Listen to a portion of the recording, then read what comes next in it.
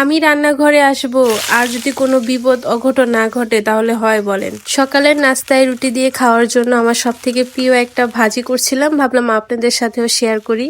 পেঁয়াজটা তেলের মধ্যে দেওয়ার সাথে যেভাবে একটা বিস্ফোরণ হলো আমি তো ভয় পেয়ে গিয়েছিলাম। যাই হোক, পেঁয়াজটা ভালো মতো ভেজে সাথে আমি আলু কুচি করে রাখা আলুটাও দিয়ে দিলাম। আলুটা সামান্য ভাজার পর আমি টমেটো কুচি, পেঁয়াজ কুচি দিয়ে আরো কতক্ষণ তেলের মধ্যে আলুটাকে ভেজে একটা মোটামুটি নরম করে নিয়েছি। তারপর বাকি মশলা অ্যাড করে দিয়েছি, হলুদ, মরিচ, ধনিয়া, জিরা, সামান্য লবণ, সবকিছু দিয়ে আবার ভাজা ভাজা ভাজা ভাজা করলাম। সব শেষে একটা ডিম ভেঙে আলুর মধ্যে দিয়ে সুন্দর মতন ডিম আর আলুটাকে একসাথে মিক্স করে আরো ভাজা ভাজা ভাজা ভাজা করেছি।